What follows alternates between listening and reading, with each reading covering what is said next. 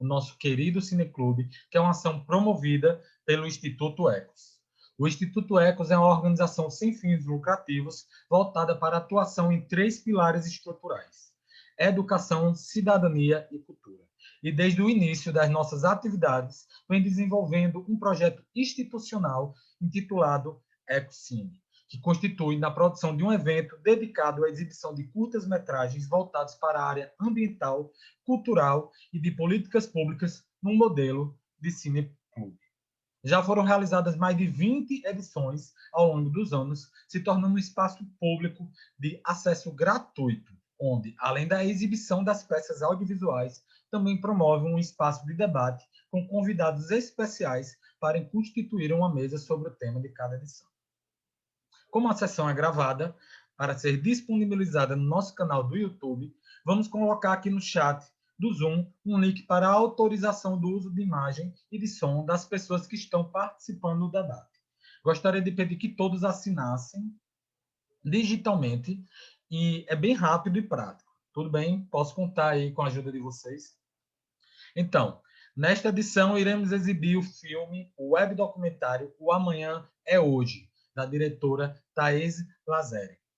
Ele é um web documentário que conta o drama de brasileiros impactados pelas mudanças climáticas, mostrando que os impactos do clima já alcançaram todos os brasileiros, estejam na cidade, no campo ou na floresta.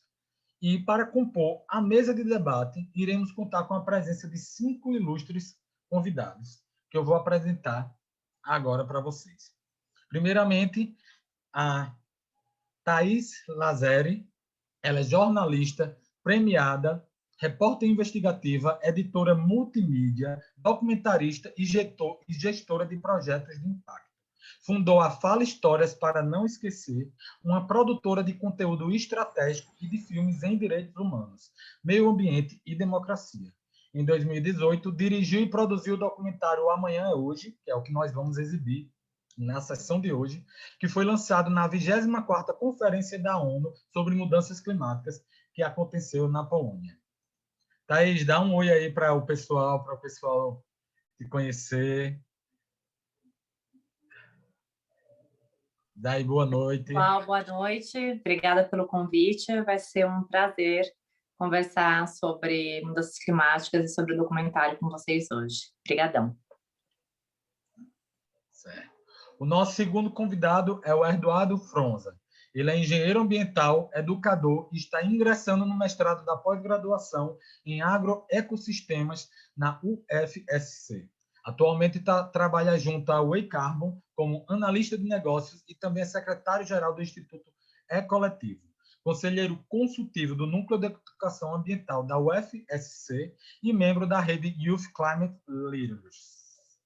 Dá um oi aí pro pessoal, Eduardo.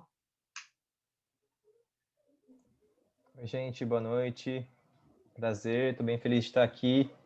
Espero que a gente tenha um ótimo momento e possa trocar bastante ideia hoje. Obrigado, Daniel e Ecos, pelo convite. Nós que agradecemos. A próxima convidada é a Camila Andrade. Ela é engenheira civil e mestranda em engenharia civil e ambiental pela Universidade Federal da Paraíba. Atualmente é assessora de diretoria de gestão de projetos do Engenheiros Sem Fronteiras de João Pessoa. Camila, dá um oi aí pro pessoal. Olá, gente. Boa noite.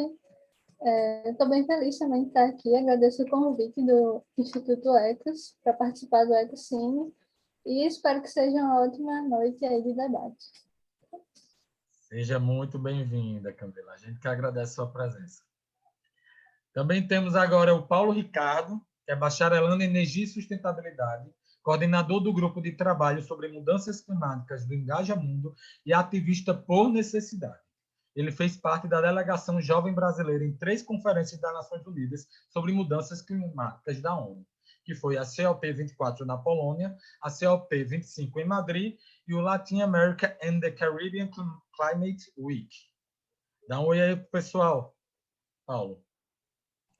Oi, gente. Boa noite. Estou muito feliz de estar aqui, né? Também quero agradecer ao Instituto Ecos pelo convite, né? E espero que seja aí um debate bem rico para a gente. Obrigado, Paulo. E, por último, temos o Marcelo Henriques. Ele possui graduação em Engenharia Ambiental pela Universidade Federal da Paraíba e mestrado em Desenvolvimento e Meio Ambiente pelo Programa Regional de Desenvolvimento e Meio Ambiente da UFPB. Atualmente é doutorando em Recursos Hídricos pela Monash University, na Austrália. Inclusive, ele está aí na Austrália, batendo esse papo com a gente, em outro fuso horário. Daí, oi para o pessoal, Marcelo. Olá, gente, boa noite. Obrigado aí, Dani, pelo convite. E bacana poder participar aqui. Apesar de estar longe, poder participar da conversa com vocês aí, esse papo matinal. Para mim, pelo menos. Para você, a gente aqui é noturno, é um papo noturno. Eu tô no futuro. Obrigado aí pela presença, Marcelo. Eu queria agradecer a presença de todos que estão aqui com a gente. A nossa sessão do Equicine, ela funciona da seguinte maneira. Agora, nós vamos exibir o filme, o curta web documentário, né? O Amanhã é Hoje. E logo após a exibição, eu vou passar a fala para os debatedores. Cada um vai dar uma fala inicial sobre o filme, sobre a temática das mudanças climáticas, e logo após a gente vai abrir uma conversa onde o público vai poder participar. O pessoal que está aqui participando com a gente pode mandar a sua pergunta também pelo chat, que a gente vai anotar aqui e perguntar aos debatedores, alguma provocação, pergunta, comentário. A gente está bem aberto para essa troca com vocês. E é isso. Agora eu vou exibir o filme e queria desejar a todos uma ótima sessão. Qualquer problema que vocês tiverem aí com som ou com a imagem, por favor, falem com a gente, que a gente tenta resolver, tá bom? Só um instante. Então, pessoal, nossa sessão chegou ao fim, né, com esse belíssimo filme, tratando um pouco sobre as mudanças climáticas, em várias conjecturas, em vários lugares. E nada melhor de a gente começar esse bate-papo com a diretora, produtora, e acredito que fez parte da idealização do filme, né? Que é a Thais Lazeri. Queria chamar agora ela para falar um pouco com vocês, com a gente, dizer como foi essa experiência nesses lugares tão diferentes, para tratar sobre essa temática, para conversar com esses personagens, né? E tratar sobre um tema tão delicado e tão importante de a gente estar sempre reafirmando e sempre trazendo à tona. Pode falar. Tá bom. Gente, boa noite, né? Eu espero aí que todos estejam chegando bem, né? Que é o que a gente pode desejar para todo mundo, né? Nessa pandemia desenfreada. Queria dedicar esse espaço aqui hoje da nossa conversa para Fátima Barros, né? Que era liderança quilombola. Ela faleceu esse mês em razão do Covid, né? A gente se falou uma semana antes dela ser internada, e é uma das tragédias aí, e uma das muitas histórias que a gente não vai poder continuar contando, né? Então, dedico para a Fátima.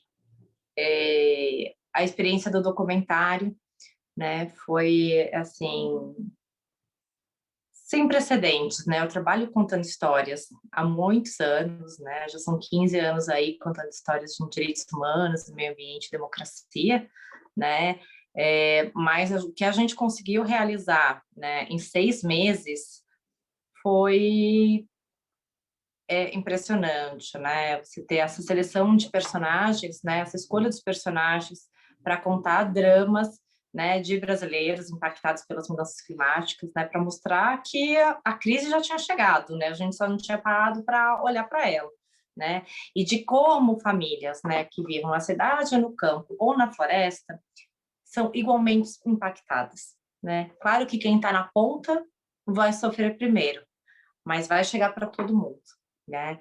Então, a gente montou um time, né, para percorrer o Brasil, fazer as gravações também, em 2 meses, quase 3 meses, a gente conseguiu realizar todas elas, né? E aí, a cada parada, né, e eu agradeço muito o jornalismo por isso, né, e a audiovisual também, a cada parada a gente tinha a oportunidade de aprender, né, de ouvir, né, e de conhecer um pouco mais da vida de cada uma daquelas pessoas, né, cujas vidas tinham sido severamente impactadas, né? Você tem ali impactos econômicos, você tem impactos sociais, você tem impacto ambiental, né?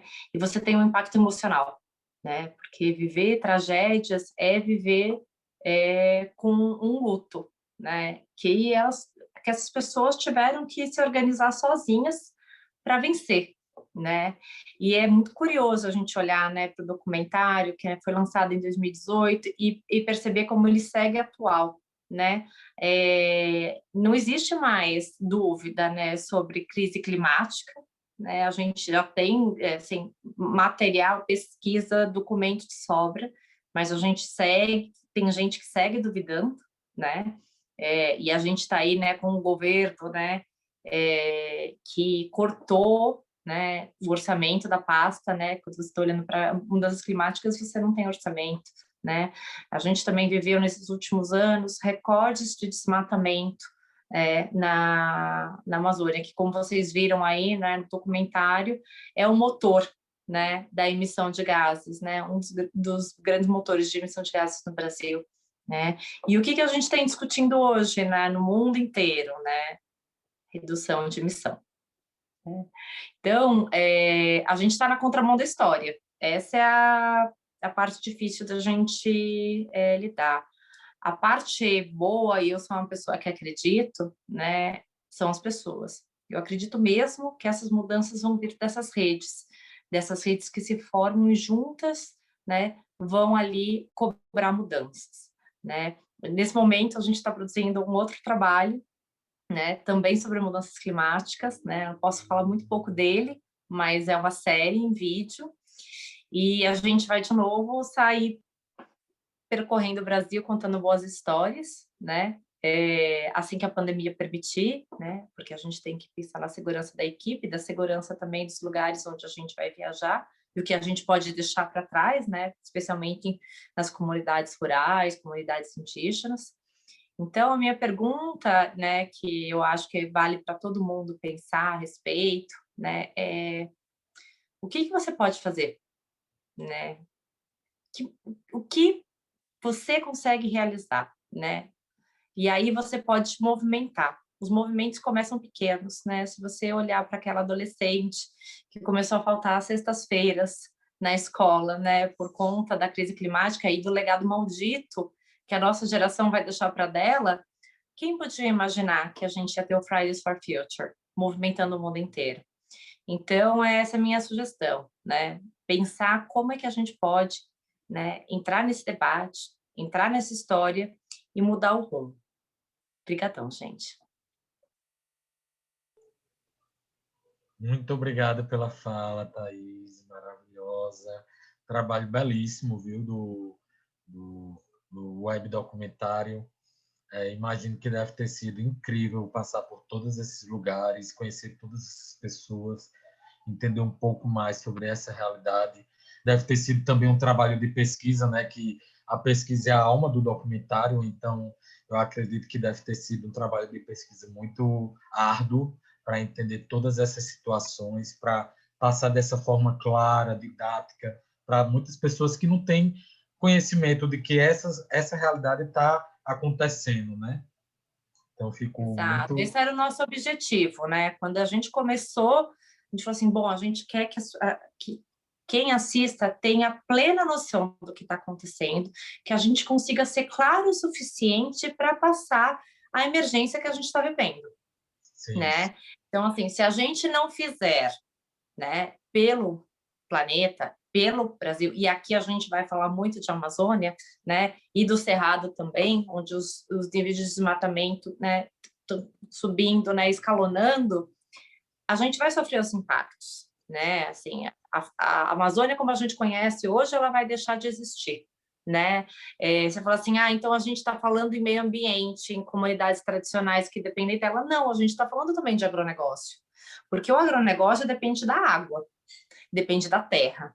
Se você muda o ciclo da chuva, os impactos vão chegar na lavoura, e já estão chegando, né? Então, você tem todo um ecossistema que é afetado, inclusive a gente mesmo, né? Se você olhar, pensar, né, que o céu de São Paulo ficou negro por conta das queimadas, né? Isso vai chegar para todo mundo, já está aí, né? A gente pode fingir que não está, que não se importa, que não é com a gente, mas o recado é esse: a gente não está falando do futuro, a gente não está falando da geração que você não vai ver crescer, a gente está falando da geração hoje, de mim, dos nossos filhos, né, e de todas as famílias que vão ser, sim, impactadas, e daqui para frente vai ser mais severo se a gente não conseguir se mobilizar.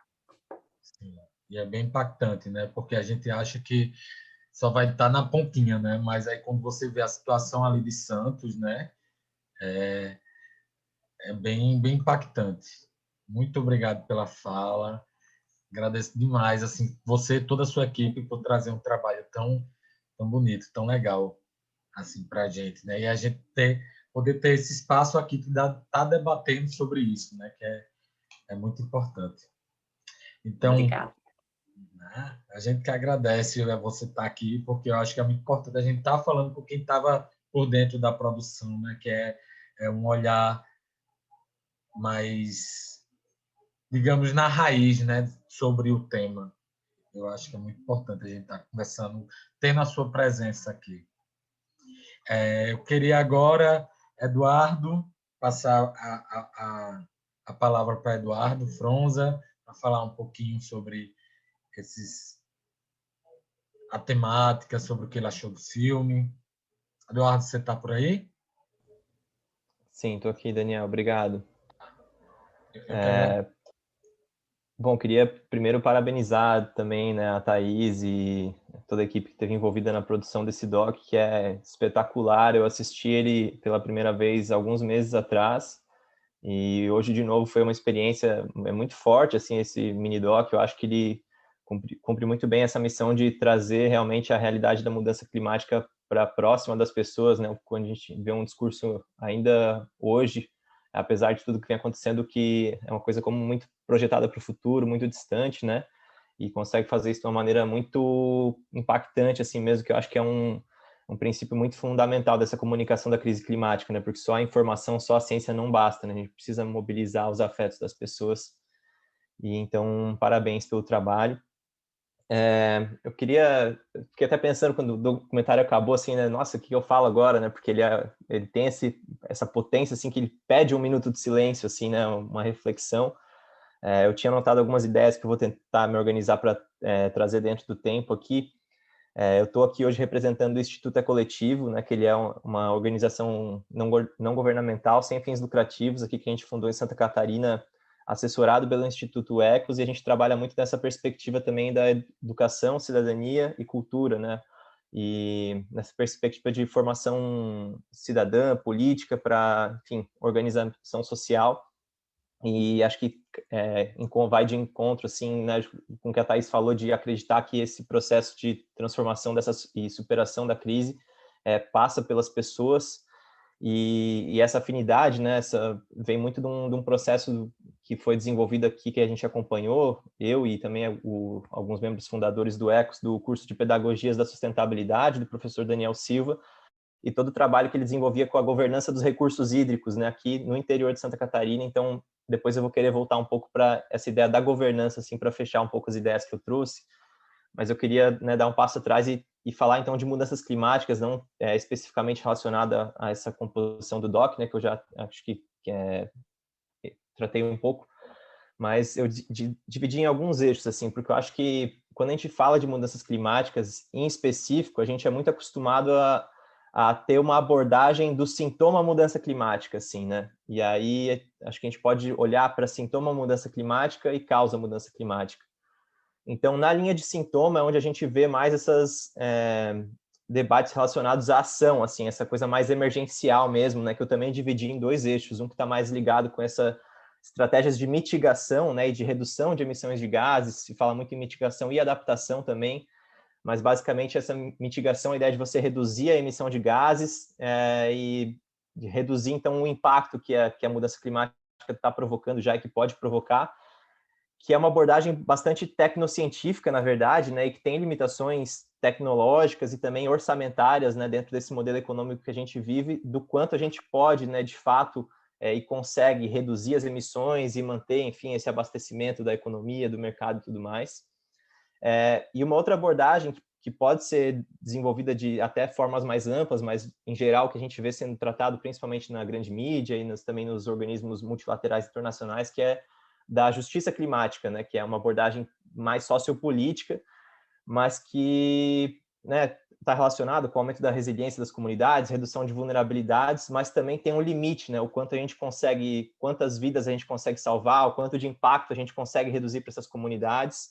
Então, essas abordagens, em linhas gerais, elas trabalham muito numa perspectiva de redução de danos, né, e que é uma ação muito importante, porque é algo que a gente consegue efetivar no curto, médio prazo, mas que não vai no cerne, né, da causa mudança climática, que é de um processo de uma crise civilizatória, na verdade, que tem uma raiz já que é provocada por desencadeamento de eventos de séculos atrás, né, de muito antes do processo de colonização aqui das Américas, e por isso muito difícil de superar também.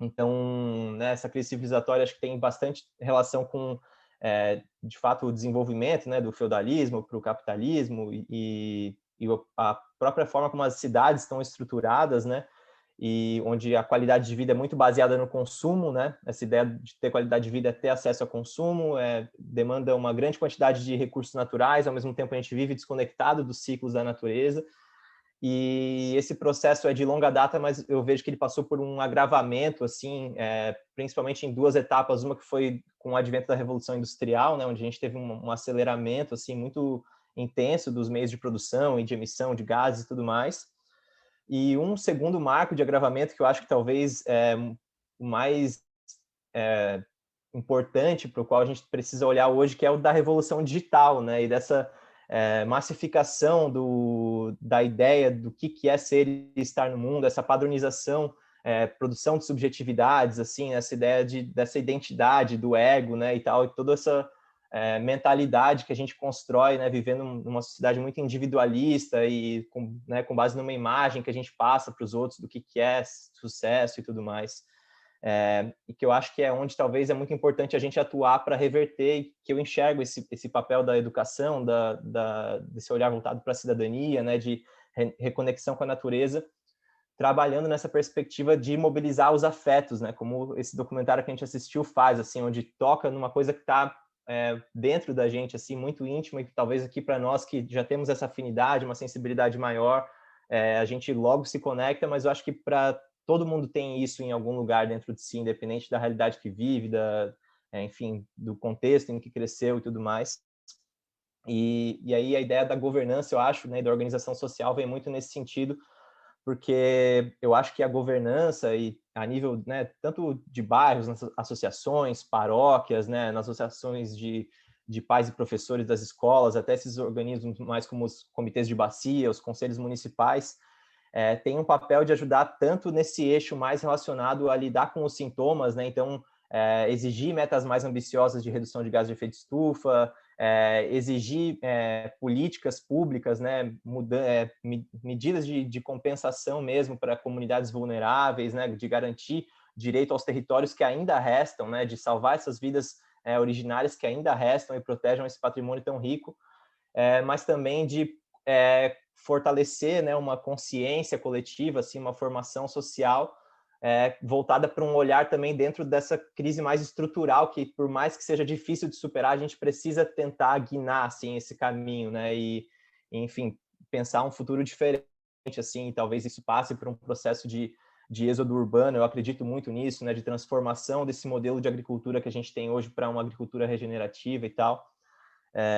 Enfim, eu já falei bastante, né? Estou esgotando meu tempo aqui, mas algumas reflexões que eu queria trazer para depois a gente poder se debruçar sobre aí junto com as ideias que os demais colegas vão trazer. E, mais uma vez, parabenizo aí pela produção desse doc, Thaís, e toda a equipe que esteve envolvida aí, e pela oportunidade de estar aqui com vocês hoje. Massa, massa, Eduardo. Muito bom essa frase. Sua fala sempre é muito importante a gente estar sempre pensando nessas questões, da onde vem isso, né? Para a gente começar a pensar em como a gente pode mudar essa realidade. Agora eu quero chamar a Camila Oliveira, para falar um pouco aí sobre a temática, sobre o filme. Agradecer novamente a presença de todos vocês que estão aí nos acompanhando. Já tem uma ou outra pergunta e comentário aqui no chat, mas eu vou guardar para a gente voltar a elas quando terminar essa primeira fala dos debatedores. E queria chamar agora Camila para falar um pouco com a gente. Bem, olá a todos. Eu queria começar parabenizando a Thaís e toda a equipe de produção por esse documentário, não só pelos aspectos técnicos, mas também pela visibilidade, né, que foi dada às diversas perspectivas dos impactos dessas mudanças climáticas aqui na vida dos brasileiros, né? E é engraçado porque, quando a gente fala de Brasil, um país de dimensões continentais, a gente não tem como avaliar as mudanças climáticas olhando só uma determinada região. A gente precisa fazer exatamente esse exercício que o documentário faz, de avaliar regiões diferentes e eventos climáticos diferentes que atingem o Brasil, né? Então, a gente tem as secas, a gente tem as chuvas intensas, as ressacas, o calor, os incêndios. E mesmo a gente morando no Brasil, é difícil a gente ter uma percepção real, uma dimensão real desses eventos climáticos, né, que estão acontecendo. Para mim, por exemplo, que moro no Nordeste, que moro na Paraíba, em João Pessoa, estou mais perto aqui da seca, por exemplo, ainda é um pouco difícil para mim visualizar, porque eu moro na capital, então eu moro no litoral, é mais difícil, ainda é difícil visualizar essa questão. Então, acho que o documentário ele tem também esse papel de mostrar essa realidade que a gente não conhece. Mesmo morando no Brasil e mesmo morando em uma região que é atingida por esses fenômenos climáticos, né? Outra coisa também que eu acho bem interessante é o título do documentário. O Amanhã é Hoje. Ele é mais do que sugestivo, ele é quase um chamamento, né? Como se ele dissesse assim, o que é que a gente está esperando para agir? Então, para mim foi o que me chamou a atenção primeiro, assim, quando eu vi o título do documentário. Outras coisas que eu anotei aqui ao longo do documentário que eu fui vendo foi duas frases que eu achei bem importantes.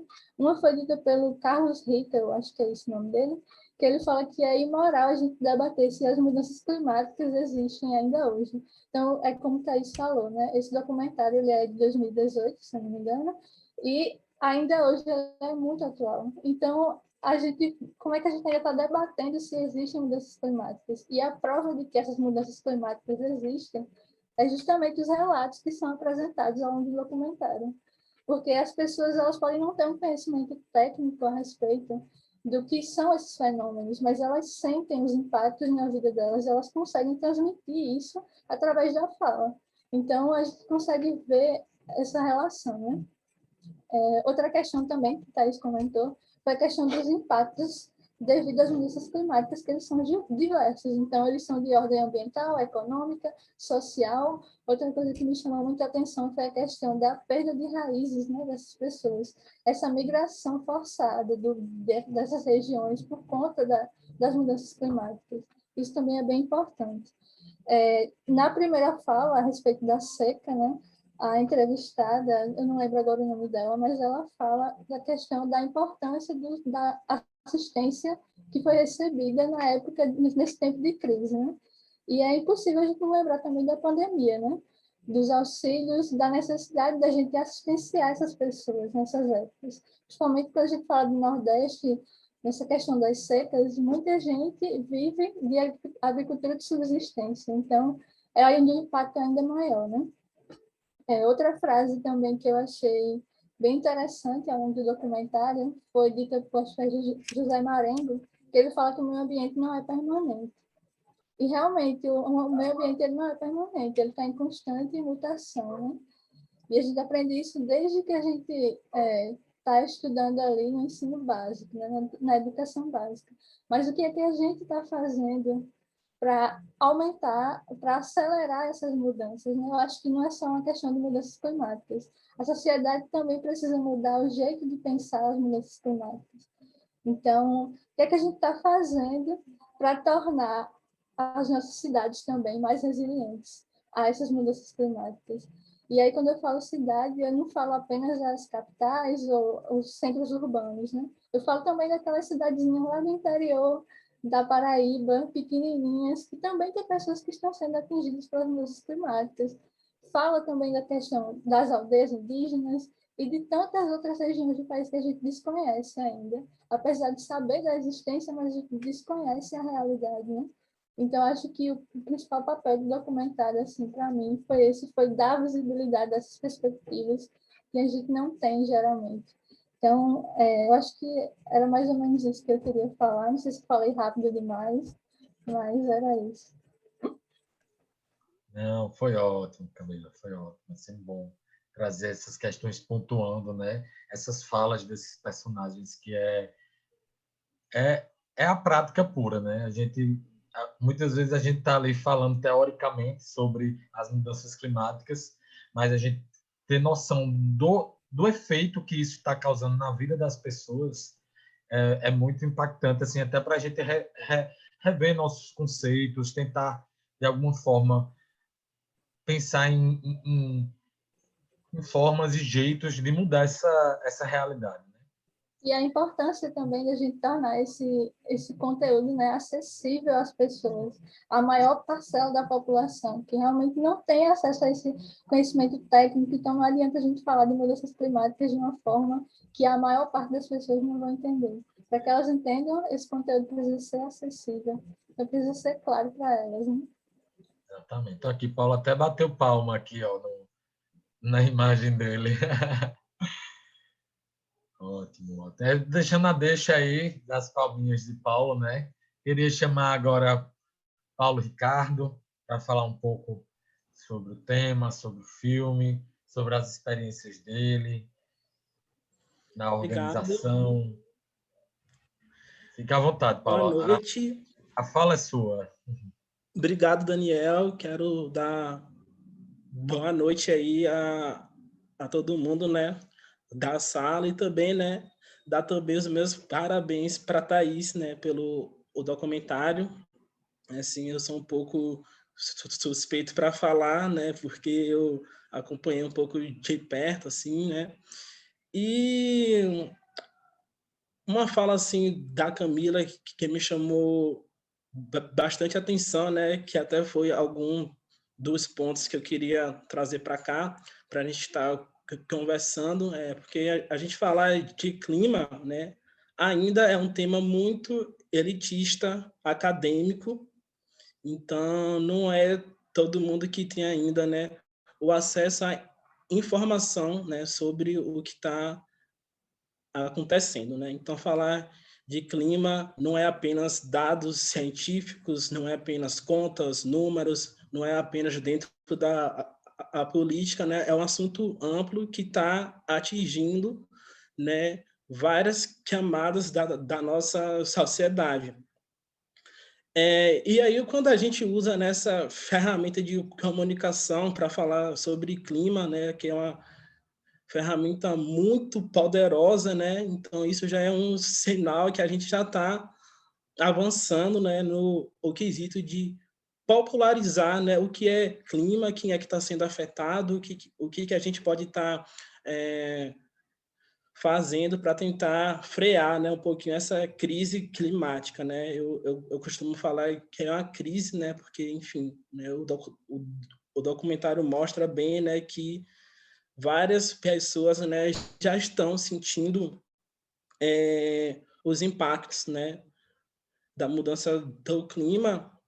E também eu quero trazer aqui mais alguns pontos para a gente estar conversando, né, para além, né, de todas essas pessoas, né, e biomas que já estão sendo afetados, né, e que o documentário trouxe muito pela a caatinga, né, devido a seca, né? É importante também falar que existe outras camadas da sociedade, né, que estão sendo impactadas, mas elas são invisibilizadas, né, em todos os espaços, seja nos espaços de tomada de decisão, seja dentro da academia, seja até mesmo aqui dentro, né, dessa sala, né, de debate. Eu posso aqui trazer alguns exemplos assim, né, as pessoas que moram em periferias, né, elas já estão sofrendo muito com a crise climática, né?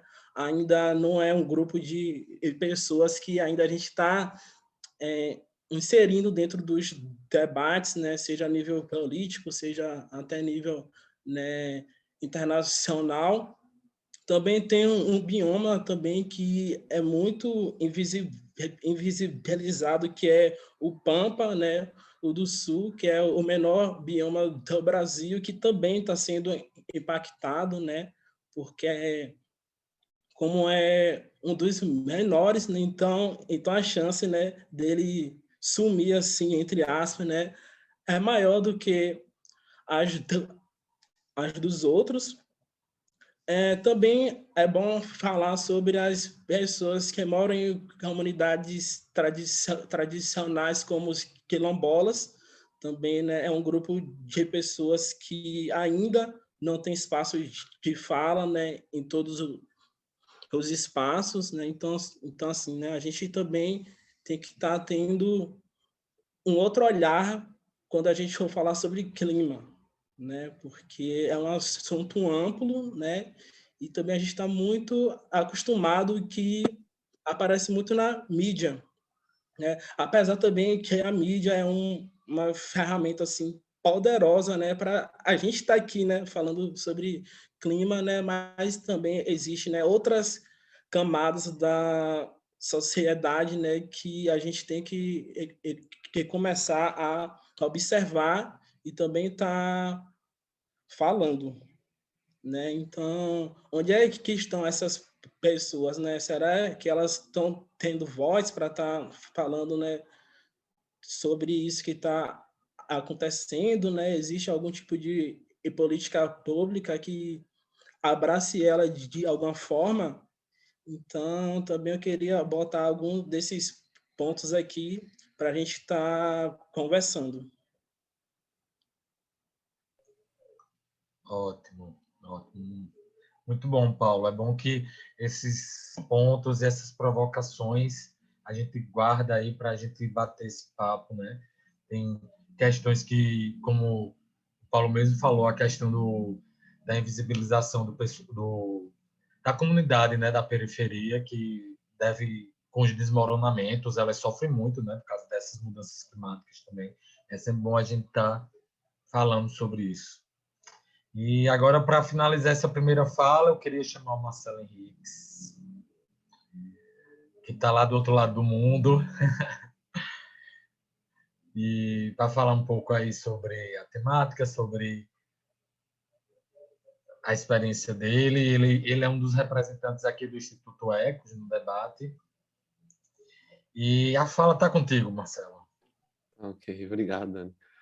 Bom, primeiro, né, parabéns nunca é demais. Então, parabéns a Thaís pelo documentário, para todo mundo que participou. E acho que o grande poder dele é justamente quebrar essa noção de que mudanças climáticas é algo para o futuro, quando na verdade é algo real, presente, urgente e que a gente vê todos os dias, né? Quando a gente olha no jornal falando que é o dia mais quente dos últimos 10 anos, que todo ano a gente vê que todo ano é o dia mais quente dos últimos 10 anos.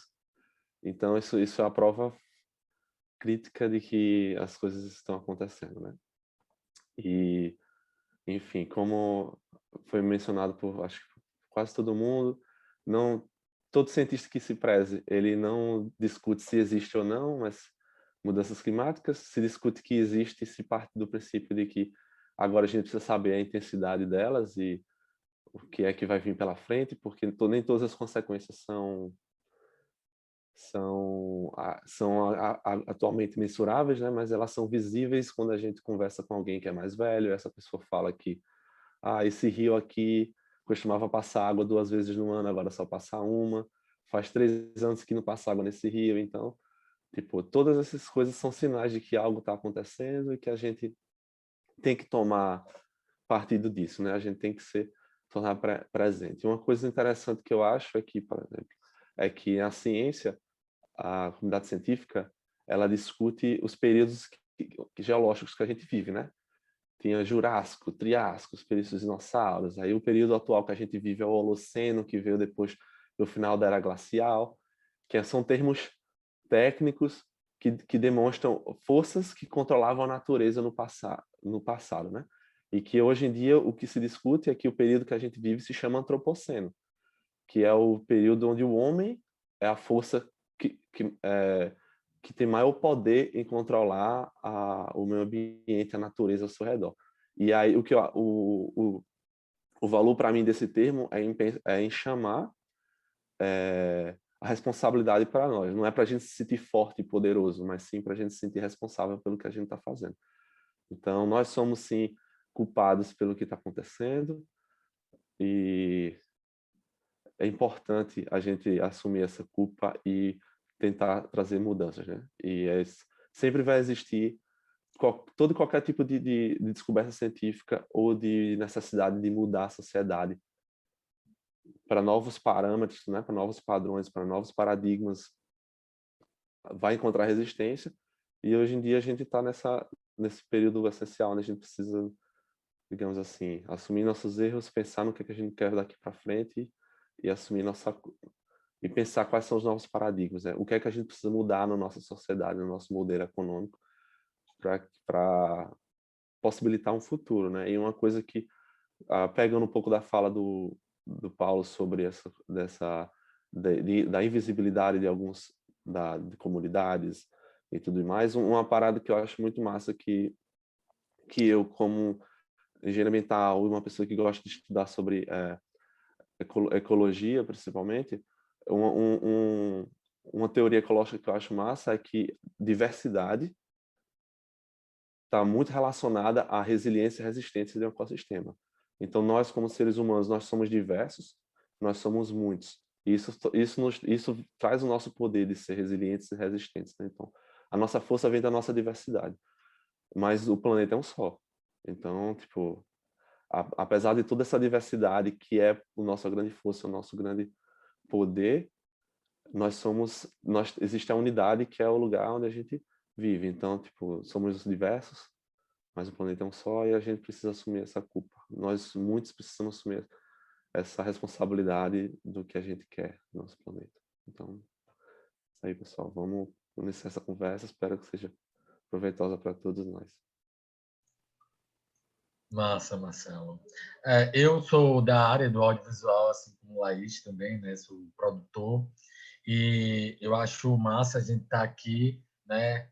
Pleno 9 horas da noite de uma terça-feira, nesse espaço, falando sobre mudanças climáticas a partir de um produto audiovisual, né? E o impacto que esse produto pode causar na gente, né? Eu tenho certeza que muitas pessoas que estão aqui, que tiveram a oportunidade de assistir esse filme, vão ser tocados de alguma forma, seja pela parte afetiva das histórias que são contadas, né? Porque muitas vezes a gente está tão imerso no nosso dia a dia que a gente esquece que existe um mundo ao nosso redor, né? Nada melhor do que um audiovisual, um produto que faça a gente lembrar e faça a gente questionar a nossa realidade, o que a gente tem feito. E acho muito legal a gente estar tendo esse momento para falar sobre isso. Eu vou primeiramente ler aqui alguns comentários que algumas pessoas falaram aqui, né?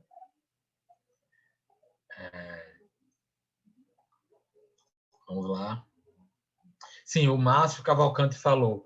Em uma entrevista que assistiu há mais ou menos 12 anos, falaram que a primeira cidade de grande porte a assumir será Santos, São Paulo. Alguém sabe dizer se essa informação procede? Agradeço desde já. Deixa eu só falar mais alguns que a gente retorna essas perguntas, né? Ele também parabeniza o Thaís e os colaboradores pelo documentário, muito esclarecedor e rico em conteúdo, né? Também comentou aqui, né, como sempre, os menos favorecidos financeiramente são os que mais sofrem. Essa temática mostra e retrata como os moradores das regiões castigadas pela seca desdobram para sobreviverem a ela. Os alagamentos nas cidades é mais frequente nas periferias do que nos bairros das elites. O documentário mostra até mesmo a carência de profissionais habilitados para atuarem na área. Exatamente. E essas são questões, né, que o documentário traz, que é impossível você assistir e não levantar, né? Alguém quer falar um pouco aí sobre essa questão de Santos? Se alguém tem algum conhecimento sobre isso? Sobre o questionamento sobre a cidade de Santos, se vai ser a primeira mesmo, é uma coisa meio difícil de falar, porque depende muito do que vai ser feito daqui em diante, né? De agora em diante no futuro. Com certeza, as cidades litorâneas que têm uma topografia mais plana, né, elas vão ser mais afetadas, né? Cidades mais planas. Então, é muito difícil falar se vai ser a primeira cidade de grande porte realmente, né? Tipo, depende, às vezes, se as coisas continuarem da forma que estão, vai ser e tal. Mas um exemplo legal, não legal, mas um exemplo atual, assim. Existe um país no Pacífico, que é uma ilha no Pacífico, chamado Kiribati. E esse país, ele vai ser o primeiro território, se não me engano, ou o primeiro país do mundo a assumir por conta do efeito das mudanças climáticas.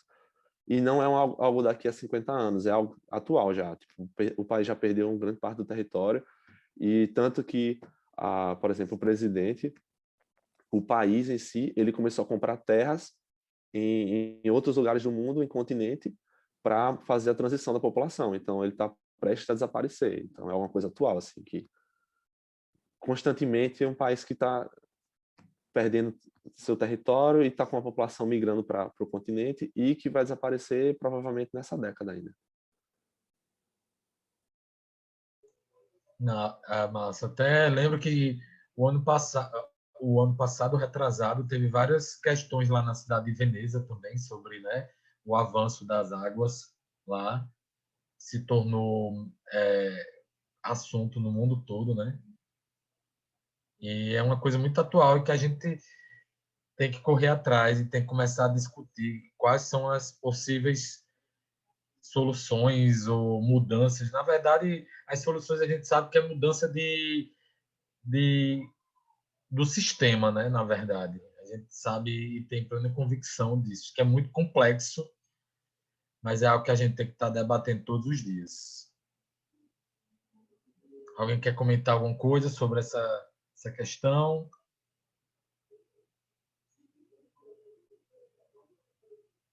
Certo.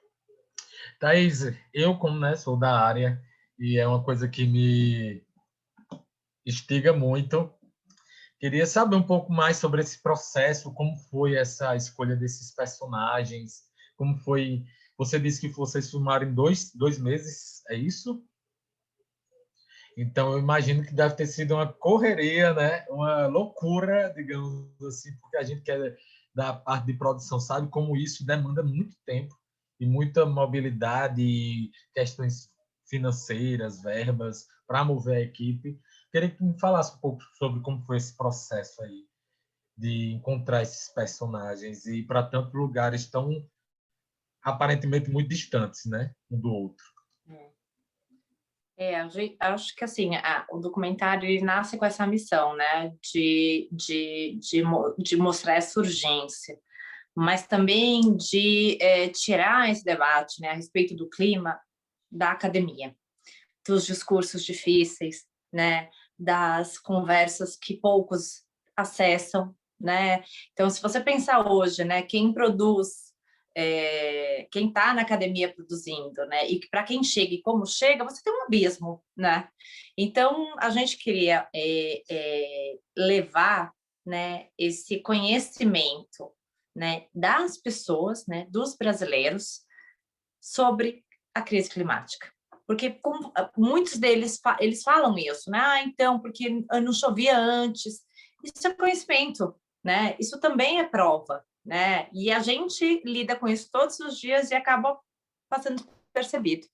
Então, quando a gente começa, né, a mapear aí, né, quem seriam essas pessoas, né, enfim, eu fiz um baita mergulho, né, você ainda brincou, né, a gente estava falando, nossa, mas você fez isso, fez isso, né, foi uma experiência muito doida mesmo, de uma super, de entrar e mergulhar. A mulher multi-utilidades. Total.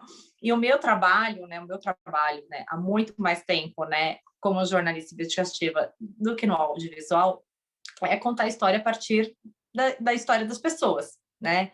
Então, são violações super importantes e você vai ver que o caminho é sempre o caminho da história das pessoas, porque assim como a Érica, né, lá que fala no documentário, eu acredito que as pessoas têm que estar sempre no centro do debate, né? E aí a gente começa a mapear, né, quais são os cenários, né, em que a crise climática aparece no Brasil, de que maneira eles afetam, como é que a gente pode mostrar, né, que aquele caso está relacionado com mudança climática, ou que uma das causas é a mudança climática. Então, antes de você achar o personagem, você tinha que achar as grandes questões do Brasil. E aí a gente começa a mapear na cidade, no campo, na floresta, né? Que eu acho que é o jeito mais fácil de organizar essas ideias. E aí, óbvio, né, que a gente tem que olhar e falar assim, bom, quem são essas pessoas que vão contar essas histórias? Eles precisam ter a cara do Brasil, né? Então, assim, a gente vai para a comunidade indígena, a gente vai para a comunidade ribeirinha, a gente vai para a comunidade tradicional, a gente vai para os centros urbanos. E a gente queria muito ter ido, né, para as periferias, mas os 2 personagens que a gente tinha cancelaram em cima da hora.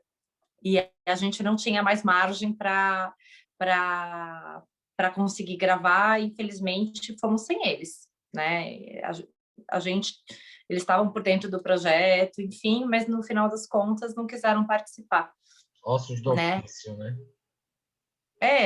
E aí a gente tinha um prazo, um cronograma, e ou a gente conseguia tocar aquilo, ou não daria certo. E aí a gente foi a campo, né? Foi com uma equipe reduzida, né? Você fala em custos e tudo mais, a gente foi com uma equipe reduzida, todos os personagens tinham sido previamente contactados, né? E aí você tem todo tipo de organização possível, né? Porque cada espaço funciona de um jeito, né? E você tem que respeitar os processos. Então, numa aldeia indígena, numa comunidade indígena, primeiro você fala com o cacique. Aí depois você fala com a outra liderança, que é a pessoa que vai te indicar quem pode falar e se puder falar. Então, assim, para você, eu sempre falo, né? Para você achar um bom personagem, você faz dezenas de entrevistas. Então, eu entrevistei muita gente. Muita gente. Tinha gente, assim, de todas... E a gente também queria esse recorte de gênero, raça e de idade. Era importante a gente mostrar isso, né? Porque, independente de quem você seja, né? E também, né, das tuas orientações políticas, de onde você mora, você vai estar sendo afetado. A gente tinha, e tem, né, no documentário, a gente se preocupou com isso também, né?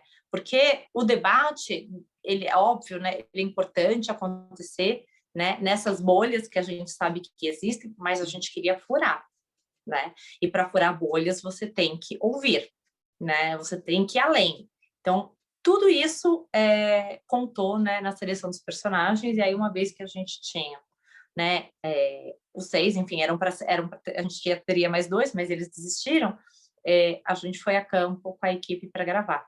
E aí, com esse cuidado que eu estou dizendo, né, em todas as entrevistas, em todos os espaços, né, porque de alguma maneira, né, a gente fala assim, eles são sobreviventes, né, no caso, né, da comunidade, né, aqui de São Paulo, são migrantes climáticos, né? Tiveram que mudar, deixar... e é isso que eu acho que é muito importante, né, da gente pensar, né? Eles plantavam árvores nessa comunidade para cada pessoa que nascia, há décadas. Então, você imagina que as pessoas que estavam saindo de lá estavam deixando para trás os seus ancestrais. De alguma maneira, simbolicamente, eles ficaram e foram levados pela água. Hoje, boa parte da comunidade onde eles moravam não existe mais. Eu voltei, né? A gente retoma, assim, eu vivo conversando com os personagens, né? É super importante a gente não deixar a coisa, né, solta. E aí eles me relatam assim, a gente já não consegue mais voltar.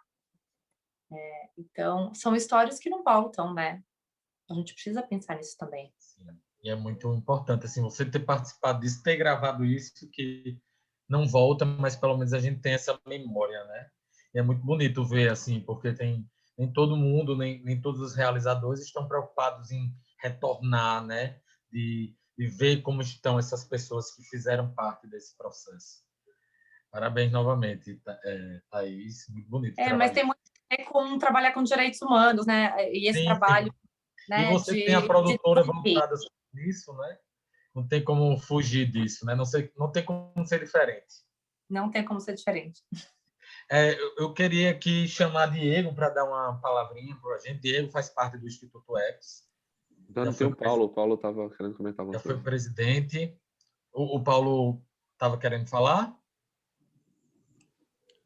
Sim, Pode mas falar, Paulo. enfim, o Diego também pode falar, que eu queria só também pegar um gancho sobre o que a Thaís falou, né, junto com o comentário aqui no chat. Não sei se eu continuo ou se eu deixo o Diogo falar antes. Pronto, só bem rapidinho, Paulo, segura aí, porque o Diego está com uns problemas na internet. Aí ele queria dar só uma palavrinha, porque o Diego é uma figura muito importante para o Instituto Eco, já foi presidente e é um dos cabeças do Ecocine, né? E ele quer dar uma palavrinha. Aí depois a gente volta ao assunto. Oi, estão me escutando? Sim. Então, pessoal, boa noite a todos, né? Queria também parabenizar a Thaís pelo documentário, pelo trabalho realizado, agradecer aí a presença de todos também, ressaltar a presença de outras instituições, né, que estão presentes aqui. O Ecocine foi o primeiro projeto do Instituto Ecos, né, com essa pegada de trazer um pouco essa discussão e esse debate sobre cultura da sustentabilidade. E até se eu não me engano, e o Marcelo pode me ajudar, é a segunda vez que a gente exibe esse documentário no Ecocine, certo? E dessa vez com a ilustre participação da Thaís, quero agradecer muito, até nessa situação, né, de pandemia, a gente pôde ter esse momento, né? Normalmente a gente convida pessoas que estão mais presentes aqui dentro do nosso círculo, da nossa região, e nesse momento a gente pôde contar com a participação de todos vocês, do Fronza, né, que representando o IE Coletivo, uma instituição irmã, né, o pessoal do Engaja Mundo está presente, a Nancy, da Cuca de Ideias, né, então queria agradecer essa presença de todos, agradecer ao Marcelo também, que faz parte do Conselho Técnico do IECOS, e ressaltar, né, que mesmo é a segunda vez que a gente exibe esse documentário e essas questões ainda permanecem, né, ainda são muito atuais e a gente está vivenciando essas dificuldades e essas dificuldades elas se tornaram maiores, né, e eu lembro de uma questão que a gente levantou da última vez, eram as questões que as mudanças climáticas elas afetam de formas diferentes, né? E que a gente tem que saber reconhecer esse aspecto da atuação do homem das mudanças climáticas, mas que elas também acontecem naturalmente, né? E saber essa diferenciação de extremos climáticos e de impactos climáticos, mas que independente de que onde é a origem, todos estão sujeitos a sofrerem esses danos causados, né? Então, a forma como a gente interage, resgatando um pouco da fala do Fronza, resgatando um pouco da fala de cada um, a forma como a gente interage com a natureza, ela é muito importante para que a gente dê o devido respeito e a devida valorização, né, para essas questões, né? Eu agradeço muito aqui a presença de todos, né? Desejo aí vocês uma continuidade, uma boa continuidade aí no debate, agradecer a Thaís também. Thaís, a gente também tem a nossa pequena produtorazinha aqui também, de repente a gente mantém esse contato, né? O Daniel aí, que também é o nosso diretor de um documentário que a gente está produzindo sobre os quilombolas, quem sabe o Paulo também está convidado a contribuir, né? E quem sabe a oportunidade para a gente estar somando esforços e levar mais esses cine-debates, esses cineclubes adiante, porque é muito rico e é muito importante a participação dos produtores, dos diretores, para que a gente esclareça e traga essa informação um pouco mais sociável, né? Uma informação mais amigável, eu diria, né? Então, obrigado a todos e eu passo a palavra para vocês novamente. Abraço. Obrigado, Diego. Muito legal ter você aqui falando com a gente, né? Eu digo assim, nem é essa informação mais amigável, né?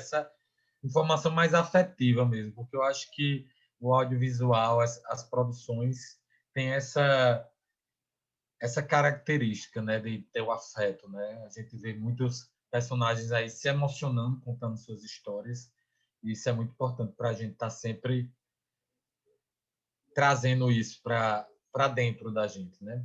Mas voltando com o papo, Paulo, pode continuar aí com o gancho. Obrigado. Então, o gancho, né, que eu queria trazer, né, com o que a Thaís falou também, junto com o comentário do Márcio aqui no chat, né? No o documentário, a, a Érica, né, fala que as pessoas têm que ser o centro, né, dos debates, né, quando a gente fala sobre clima.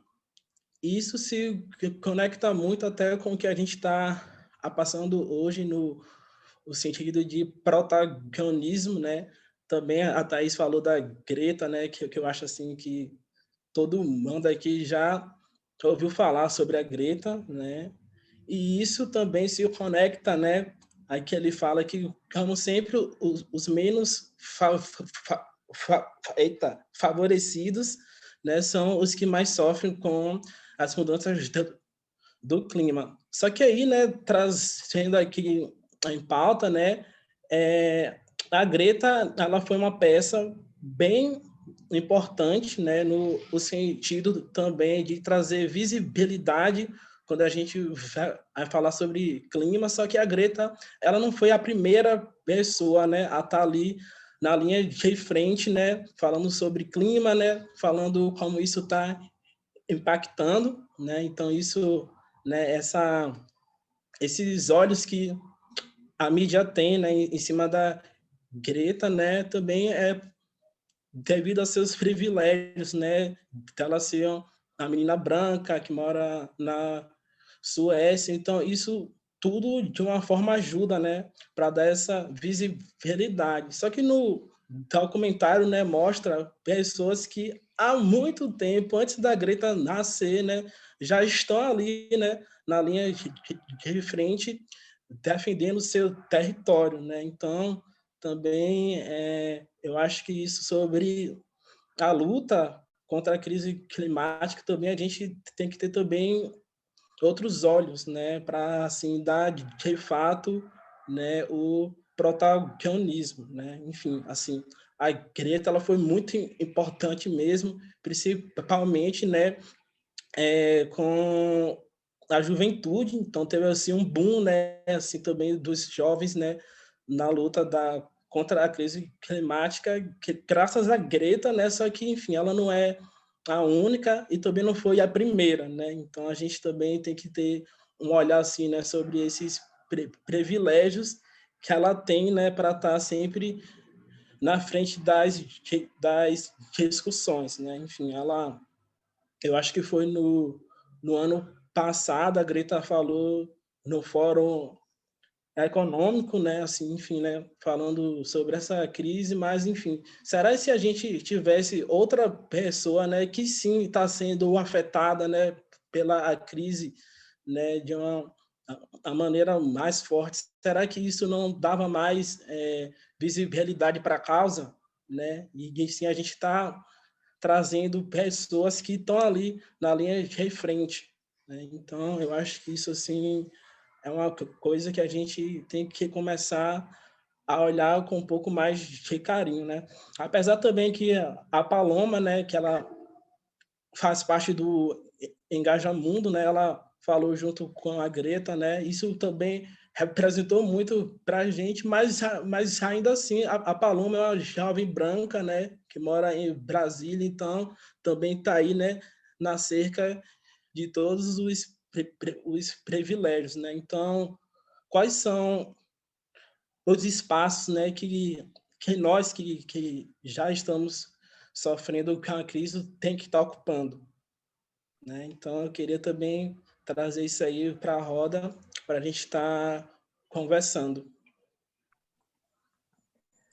Essa questão da própria representatividade é muito importante sempre, né? que é a partir disso que a gente tem acesso e a gente sabe essas realidades que, infelizmente, é muito invisibilizado pela grande mídia, né? E a gente tem que estar todos os dias também lutando contra isso, para que essas pessoas sejam visibilizadas, né? Que estejam na mídia e que contem suas histórias elas próprias, né? Eu acho que é muito importante, que eu acho que é um ponto positivo do documentário é que os próprios indígenas, por exemplo, eles estão contando a história deles, né, ali. Eu acho que isso é muito importante. Se puder pegar um gancho aí nessa fala do Paulo, Claro. porque me lembrou de uma ocasião, assim, né? Porque eu ouvi falar da Greta a primeira vez numa aula de uma disciplina que eu estava fazendo na faculdade, que era de arquitetura e planejamento regional e tal. E aí o professor fez o maior mistério, tipo, vocês sabem o que está acontecendo hoje e tal, e era em 2019, acho que foi, não sei se foi a primeira ou a segunda greve global pelo clima, eu nunca tinha ouvido falar da Greta, né, até então. E aí eu lembro que daí nessa aula teve um debate, porque ele botou como se a gente pudesse iniciar esse movimento aqui, né, tipo assim, de que a gente não tem a nossa Greta, e aí eu questionei isso, falei, bom, será que se a gente tivesse, né, a repercussão seria a mesma, né, que essa menina teve, será que é só uma questão de não ter a pessoa e ele foi um embate, assim, porque ele falou assim, você está falando aí a questão da síndrome de vira-lata, né, ele falou.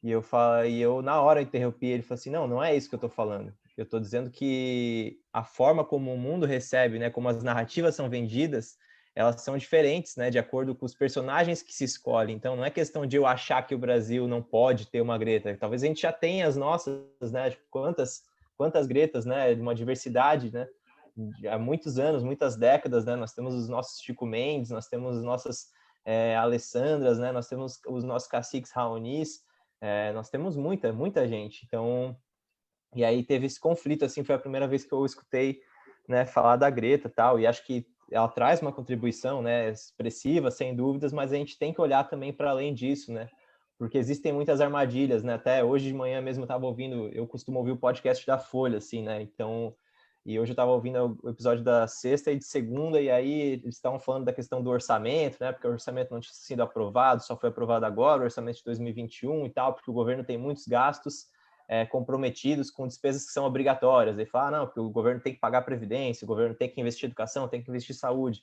Em momento nenhum se falou da dívida, né? Tipo, ano passado a gente teve praticamente metade do orçamento da União comprometido com o pagamento da dívida, e mesmo no podcast da Folha, que é para ser uma coisa assim, uma mídia progressista, né? Uma coisa assim, que está na contramão de tudo que essa desgraça que a gente vem observando, tem pontos que não se tocam, né? Coisas que não se falam. Então, eu sinto assim que tem um alinhamento grande assim nas ideias do que a gente precisa, mas às vezes é muito difícil o como fazer isso, né? Ainda mais num momento como esse, né? De pandemia, da ausência do básico, né? De vidas sendo perdidas, de insegurança alimentar, de insegurança de moradia. Então, acho que é um desafio ainda maior, né? Porque acho que faltou para o Brasil nesse período onde a gente teve, né? De prosperidade, de ascensão das classes mais baixas.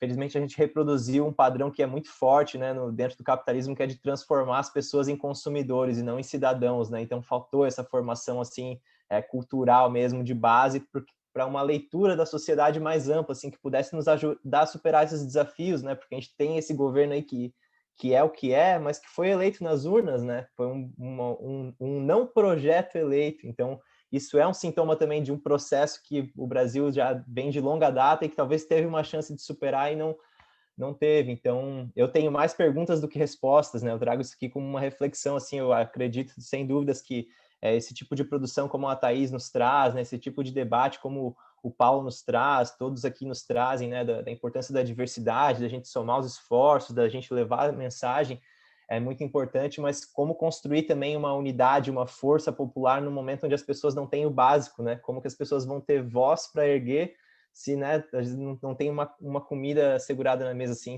é muito difícil, né? Então, é quase um vômito isso que eu trago, assim, né? Mas enfim, estou numa posição muito, muito privilegiada mediante tudo isso, mas não consigo deixar também de pensar e me preocupar, assim, né? E é isso. Tenho mais perguntas do que respostas, assim, mas espero que a gente consiga atravessar esse período, assim, sombrio, né, que as coisas comecem a melhorar tão logo quanto possível, assim, porque no pior dos cenários, assim, quando a gente estava passando esse processo de transição política, né, em 2018, não imaginei que a gente fosse chegar onde a gente está agora, assim, né, e até onde a gente pode ir, né, porque a gente vê que as coisas ainda, sei lá, parece que ainda estamos descendo, assim, né, então são muitas questões difíceis, assim, para a gente, né, conseguir superar. Sim, com certeza. A gente tem um comentário aqui da Claudinha Cuca. Gostaria de parabenizar a iniciativa do documentário e acho necessário este tipo de diálogo para que nós, pessoas simples, possamos entender e nos colocar presente no meio do problema. Assim, conseguimos ver os danos que nos causamos. É exatamente isso, porque, querendo ou não, a gente faz parte, né, dessa sociedade de causa que faz esses efeitos, não é? Opa, Daniel. Opa! Oi, Márcio, diga aí. Diga aí, meu sobrinho, tudo bom? Tudo jóia. Parabéns aí a todos pelo evento, que isso aí é um evento, né? Quando fala dessa temática aí do meio ambiente, isso aí é um evento. E eu queria dar só uma opinião em relação ao que a gente está construindo, né, para os nossos filhos no futuro e que seres humanos nós estamos construindo. Porque aqui em casa, né, eu acho que cada um deve começar na sua casa. Porque se você não começa a fazer na sua casa, como é que você vai fazer na casa do vizinho, ou na sua rua, ou na sua cidade, ou no seu estado, e seja onde for? Né? Então, assim, a gente procura orientar nossos filhos aqui desde a reciclagem, aqui na nossa casa, entendeu? A economia da água, a economia da energia, a economia do alimento, que eu não admito comida sobrar no prato para jogar no lixo. Então, a gente tem que construir os seres humanos que vão cuidar da nossa terra, né? Do nosso planeta, do nosso ecossistema, do nosso bioma. Então, a gente tem que partir do princípio de plantar agora para colher lá na frente. Então, temos que fazer seres humanos melhores e tentar sermos melhores a cada dia. Ok? Era a minha opinião também. Obrigado, Parabéns a todos. tio. Obrigado, tio. Muito legal, muito legal. É bom a gente estar sempre falando sobre isso. E realmente essas mudanças começam de casa, né? É muito importante a gente estar, e mais o senhor que é pai, né? Agora com filhos pequenos, é sempre bom ter essa consciência, né? De estar educando para cidadãos, né? Além de... Porque, inclusive, como o Eduardo falou, né? A gente tende a estar nesse sistema social em que a gente cria consumidores e não cidadãos, né? E é muito importante a gente estar criando cidadãos, né? Estar influenciando. E outra coisa que é interessante, Daniel, do documentário da Thaís, é que não é revelado, mas que por trás deve ter um número grande de óbitos. Né? Na seca, né, deve ter um número de crianças que morrem pela doença diarreica grande pelas águas insalubres, pela falta de proteína, pela desidratação, pela ingestão insuficiente de gordura, de proteínas, de tudo que a gente sabe que é muito importante para a sobrevivência. Então, nesses alagamentos, nessas inundações, quantas pessoas morrem? Então, atrás disso, além do meio ambiente, tem as vidas que se vão também, que não voltam mais. Então, acho que isso também é uma coisa que não é muito vista, mas por trás existe um registro bem alto, bem grande de óbitos também em relação a tudo isso. Só para adicionar aí ao debate, quando a gente fala em deslizamento especificamente, né, como aconteceu ali no Rio de Janeiro, mas enfim, que acontece em todas as regiões, não só por conta da crise do clima, né, também usa a palavra crise climática, acho que é importante pontuar que esse negócio é uma crise gigantesca, mas por conta da ocupação, né, de morros e áreas de costa, as crianças são a maioria entre as vítimas fatais.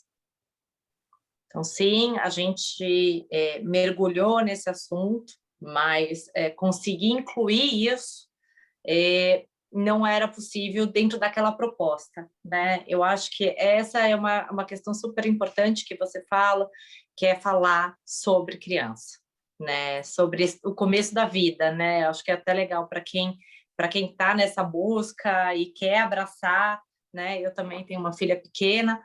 É legal assistir o Começo da Vida 1 e o Começo da Vida 2, que é justamente sobre natureza. Então, assim, deixo o convite aí para vocês assistirem, né? Ele está disponível em plataformas, então é possível assistir gratuitamente, né? Como amanhã é hoje, a gente tinha essa preocupação desde sempre que fosse um produto para todo mundo assistir, né? Se você consegue baixar, você coloca num pendrive, leva e vê. Se você consegue baixar ele antes e ver no teu computador, né? Com Wi-Fi roteado de alguém, você consegue montar uma sessão. Então, era isso, a gente queria espalhar ele mesmo, né?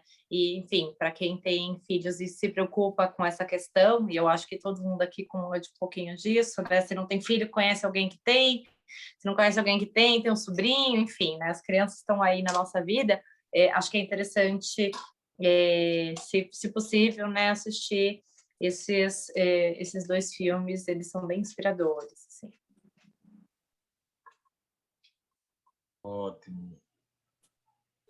Muito E massa. só comentando um pouco o que o Márcio falou, né? Que são essas pequenas atitudes, pequenas mudanças de hábitos que a gente cria, elas são importantes porque no final elas amplificam, né? Elas têm a ver com a nossa relação terminam interferindo em como a gente enxerga e como a gente compreende as coisas. Então, quando você valoriza, entende o valor que a comida tem, faz um uso mais racional da água, por exemplo, a gente constrói desses pequenos hábitos maiores. Sei lá, hoje eu de não estragar a comida para depois rever de onde é que essa comida está vindo, qual a procedência dessa comida e quais as consequências que a produção desse alimento tem para o ambiente. E aí você começa a fazer entre as escolhas entre alimentos agroecológicos e alimentos que vêm do agronegócio. E por aí vai. E que a gente não pode se deixar... E uma coisa importante é que a gente não pode se deixar enganar quando a gente escuta aquela conversa de que a culpa da desgraça do mundo e das mudanças climáticas é de quem escova o dente com a torneira aberta. Porque quando a gente tem que entender, por exemplo, quando a gente pensa em uso de água, qual a porcentagem de água que é utilizado para o consumo humano e quanto é utilizado pelas indústrias e pelo agronegócio, né? Então, a gente tem que ver tem que analisar um pouco essas proporções e quanto que, no final das contas, deixar a torneira aberta quando escova os dentes é uma atitude fácil de corrigir. Mas será que isso é a causa principal? Será que isso é a razão do problema, né? A gente tem que começar a entender que esses problemas eles vêm de um sistema e que o sistema onde a gente vive, ele não compreende, só para ele só existe crise econômica, não existe crise ambiental. Então, só há crise quando há crise econômica. E aí não é bem assim, porque a própria economia depende dos recursos naturais. E aí a partir daí a gente tem essas percepções de quão falho o nosso sistema é e qual é o próximo passo, né? Qual é o próximo sistema e como a gente pode construir novas atitudes e novas mudanças tendo em mente esses tipos de coisas. Das pequenas coisas e pequenas mudanças locais a gente vai conseguir construir algo melhor, mas não posso deixar enganar pelo discurso de que a culpa é de quem deixa a torneira aberta. Tem coisa muito pior aí no mundo. Eu gostaria de colocar uma contribuição junto, né, com esse pensamento, porque nesse processo de trabalho com educação ambiental, a gente trabalha muito com essa perspectiva, né, das pequenas ações, de resolver pequenos problemas, coisas mais imediatas, né? E essa reflexão é bem importante e foi uma coisa que eu fui amadurecendo ao longo do tempo e hoje eu enxergo assim como talvez a importância maior dessas pequenas coisas, né? Que por mais que sejam pequenas no contexto maior, às vezes não são fáceis, né? Uma pessoa começar uma compostagem, uma pessoa mudar a dieta, né? Reduzir o consumo de carne e tudo mais. Mas acho que o principal papel que isso desempenha é justamente esse exercício de você prestar atenção, né? E pensar sobre, né? E nesse processo de prestar atenção e pensar sobre, você conversando com outras pessoas, influenciando outras pessoas, né? Eu lembro no período que eu era vegetariano, assim, começava a levar isso para casa, assim, e era muito mal recebido no início, e ao longo do tempo, assim, praticamente minha mãe e minha irmã se tornaram vegetarianas junto comigo, assim, né? Depois até acabei flexibilizando, algumas refeições eu comia carne, o peixe junto com elas, mas até hoje elas reduziram muito esse consumo, né? E acho que esse potencial que a gente tem de justamente expandir e ensinar através do exemplo também é uma coisa que é muito importante, né? Mais do que o discurso exemplo, né? A pessoa que te observa como você vive, começa a tentar entender aquela realidade, por que você faz as coisas dessa maneira, assim, né? é algo que tem um potencial de contribuição muito grande, e eu gosto de pensar que a cultura é algo que tem talvez uma curva de mudança que ela é exponencial, né? Talvez os pioneiros de mudança de cultura, eles influenciam os outros muito aos poucos, mas à medida que mais pessoas mudam, acho que esse processo tende a se acelerar, né? Conforme mais pessoas a gente ganha, mais pessoas sendo influenciadas, talvez depois a gente consegue escalar isso e chegar num ponto onde a gente precisa com a urgência com a qual a gente precisa, assim. Gosto de pensar nisso, né? Sim, sempre importante, muito importante. Até como o Diego falou, tem vocês, né, estão representando algumas organizações, né? O Eduardo, ele está aí com o Coletivo, o Paulo Ricardo com Engaja Mundo, a Camila com Engenheiros Sem Fronteiras. Vocês queriam falar alguma coisa sobre essas organizações, sobre as atividades delas, nessa questão das mudanças climáticas? Eu acho que seria um momento bom para a gente falar sobre isso, porque daqui a gente quer estar finalizando às 10 horas para não se estender muito a nossa conversa, né? E eu acho que seria legal vocês falarem um pouquinho aí sobre as organizações de vocês, como tem, quais são as atividades sobre esse tema, ou se também se não tem, quais são as atividades que são importantes de forma social, econômica. E logo depois de vocês falarem um pouco sobre isso, cada um vai dar uma palavrinha final para a gente encerrar, né? Porque o papo está maravilhoso. Se deixasse, a gente ia ficar aqui até várias e várias horas, mas infelizmente a gente tem que ter esse horáriozinho, até porque é terça-feira, 10 horas da noite, né? Amanhã é dia branco e é isso. Então fiquem à vontade aí para falar um pouco sobre isso e depois cada um dá uma palavrinha final e a gente encerra nosso debate. Pode ser? Pode ser. Eu posso começar? Bem, eu faço parte, né, do Núcleo João Pessoa, dos Engenheiros Sem Fronteiras. Eu entrei no final do ano passado e eu já entrei nesse período de pandemia, né?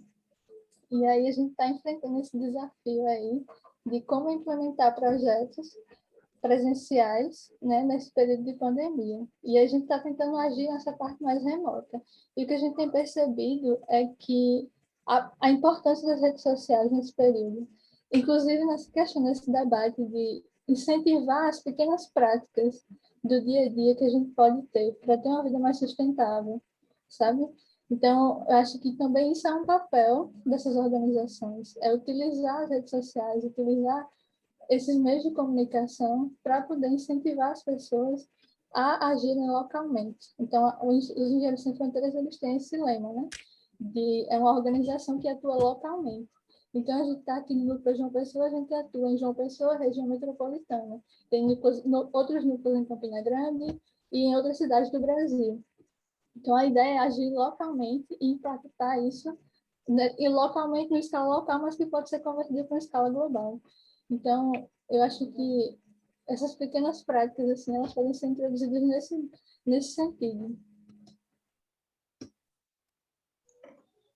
Eu acho que vou pegar o gancho da Camila, né? Então, eu faço parte do Engaja Mundo, eu sou coordenador do grupo de mudanças climáticas do Engaja, e se eu for falar das atividades e campanhas e projetos que o Engaja faz, né, para estar falando sobre clima aqui, com toda certeza a gente fica até amanhã, né? Mas, enfim, eu convido vocês, né, a conhecer o Engaja, né, a estar olhando o nosso site, as nossas redes, né, também só para trazer um pouquinho do histórico, né, sobre a ONG.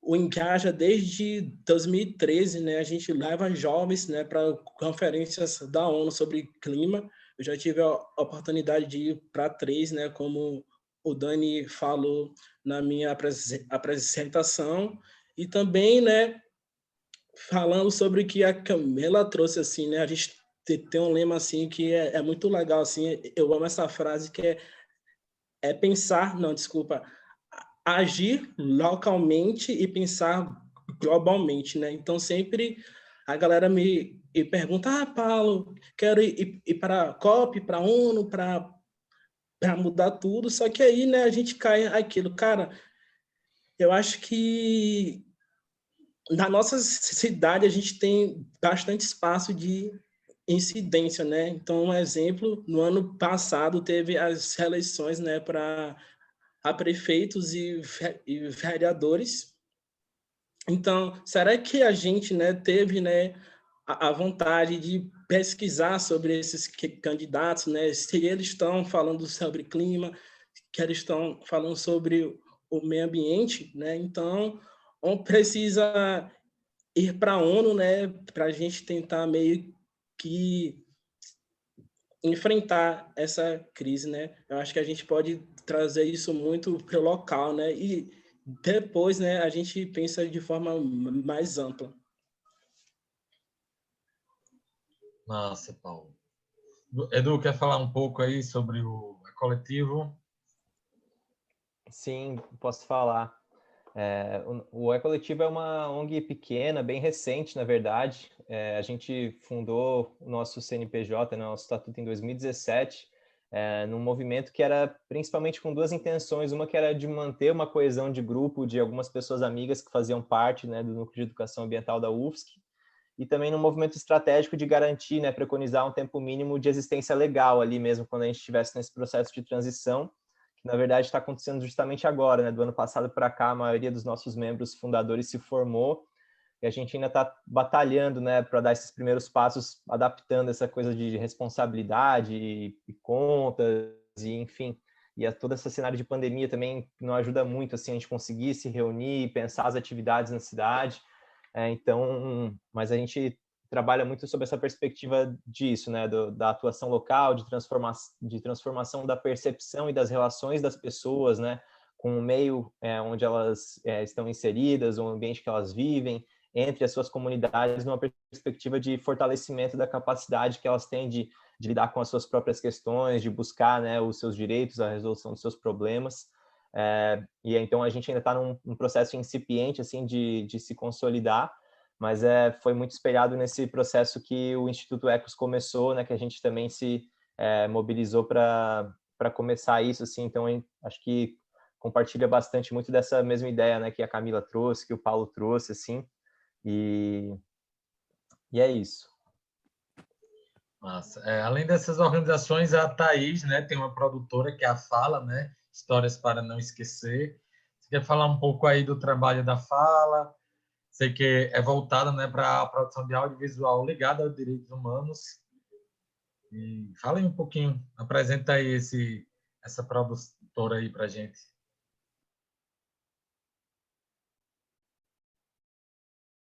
Eu estava lá no chat dizendo exatamente isso.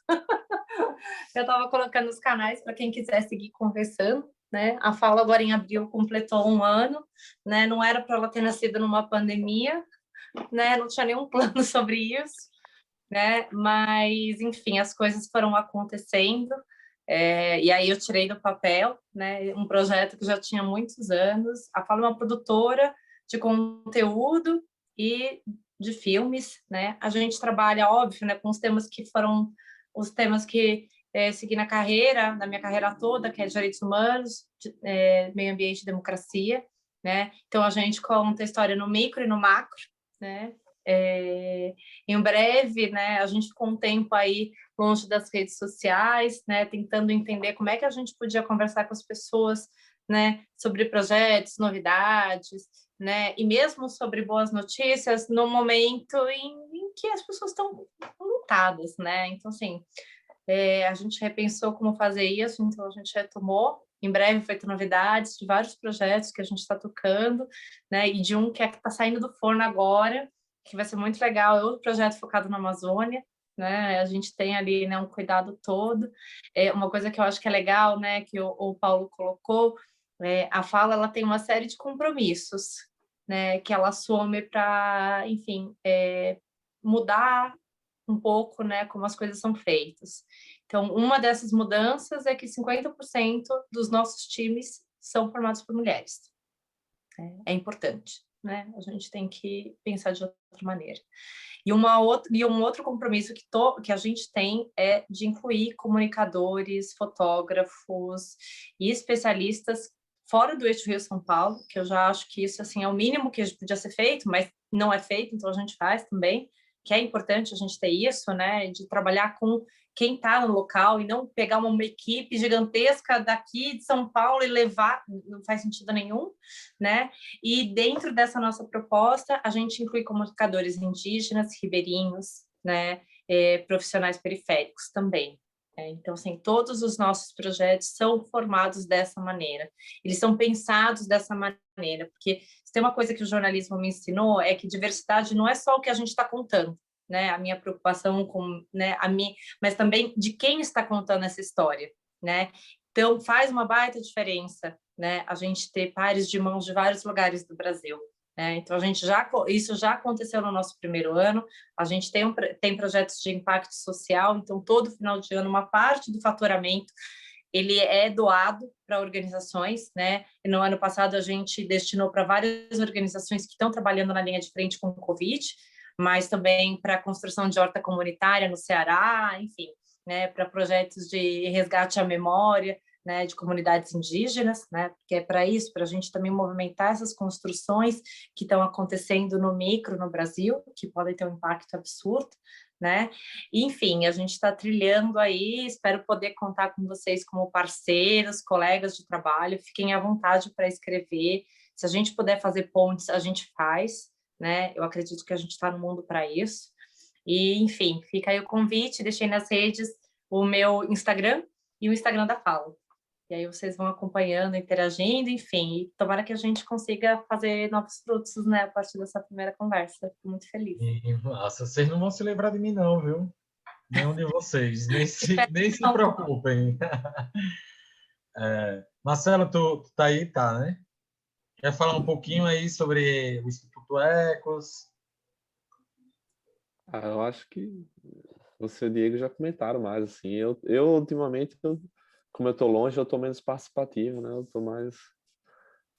Só fico olhando as coisas por cima, não tenho como... Ajuda no que às vezes dá o tempo e no que dá a distância, mas tipo... Mas, a não ser, acho que a ideia geral você e o Diego já comentaram, assim. Acho que eu só seria bem repetitivo, na real. Certo. Então, pessoal, a gente já cravou 10 horas da noite. Queria que vocês dessem tchau para o pessoal, falassem essa última fala. A gente vai seguir a ordem que a gente começou nosso debate, né? Thaís, dá aí um tchau para o pessoal, sua mensagem final.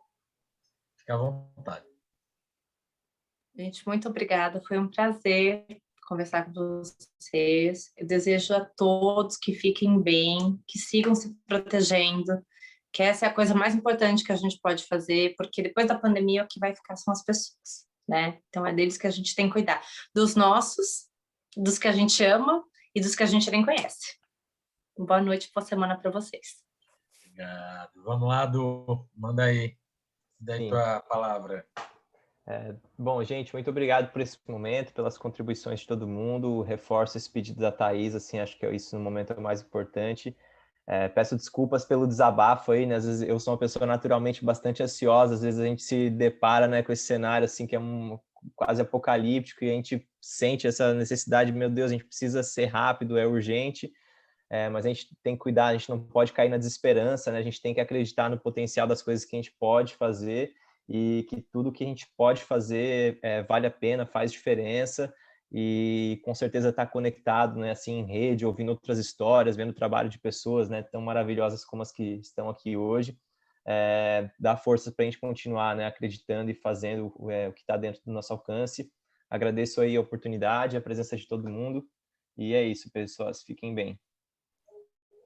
Pois é, e a ideia do Ecocine é realmente ser esse momento, assim, de a gente se cuidar um pouco, né? A gente não tem como falar sobre mudanças climáticas, sobre o coletivo, e não pensar que aqui a gente está se cuidando um pouco, né? E ótimo o seu desabafo, porque eu acho que todo mundo está passando um pouco por isso, e é bom saber que temos pessoas que estão preocupadas com isso, que querem essas mudanças, que querem o melhor para a sociedade, né? Incrível. Então, Camila, manda aí tua palavra final. Bem, eu só tenho a agradecer, né, pelo convite do Instituto Ecos. ter participado dessa iniciativa tão maravilhosa quanto o Ecocine. Também agradecer aos colegas aí que dividiram esse debate comigo e a toda a galera que participou aí nos comentários e também assistiu ao debate, né? Sigam aí também os Engenheiros Sem Fronteiras João Pessoa, o núcleo. A gente está desenvolvendo projetos aqui em João Pessoa e na região metropolitana, e eu espero também contar com a parceria de vocês aí em projetos futuros. E é isso. Obrigada. Boa noite, fiquem bem também, se cuidem, né? Obrigado, a gente que agradece. Hein, Marcelo? Daí teu tchau. Tchau, gente. Muito legal poder participar. Espero que o documentário A Conversa tenha aberto um pouco mais os olhos da gente. E fiquem em casa e fiquem bem, né? Até uma próxima. Então, pessoal, queria agradecer imensamente a presença, primeiramente, dos nossos debatedores, né? Muito obrigado por vocês terem topado bater esse papo com a gente. A gente fica muito agradecido, a gente do Instituto Ecos, que está trocando essas experiências, trocando essa afetividade com a gente e vocês.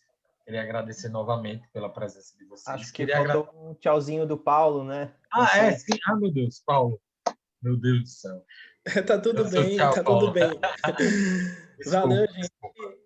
Agradecer também a oportunidade aí, né, de estar aqui falando sobre clima, né, que é um assunto assim que eu amo falar. E no chat aqui eu vou deixar o meu contato, né, para quem quiser trocar uma ideia aí, super aberto, gente. Valeu a todos, todas e todos aí da sala, foi muito legal. Paulo, me desculpe, viu? Não, tá tudo bem, imagina. Eu já falei muito. Já. De sono. Não, mas foi incrível a fala. Eu estava dizendo que queria agradecer muito a todos vocês que participaram desse momento com a gente, a todos que estão aqui nos acompanhando também, que deram sua contribuição ou que só ficaram olhando aí de sua casa. É muito massa ter vocês separando esse tempinho para estar aqui com a gente. Também queria agradecer à Prefeitura de João Pessoa, através da Fundação de Cultura, da FUNJOP, que é que através da Lei Aldir Blanc, que está proporcionando a gente estar realizando esse evento. E é isso, pessoal. Mês que vem teremos mais uma sessão do Ecocine. A gente pretende continuar realizando nas últimas terças-feiras de cada mês, né? Queria pedir para vocês nos acompanhar nas redes sociais, no Instagram, @Instituto Ecos.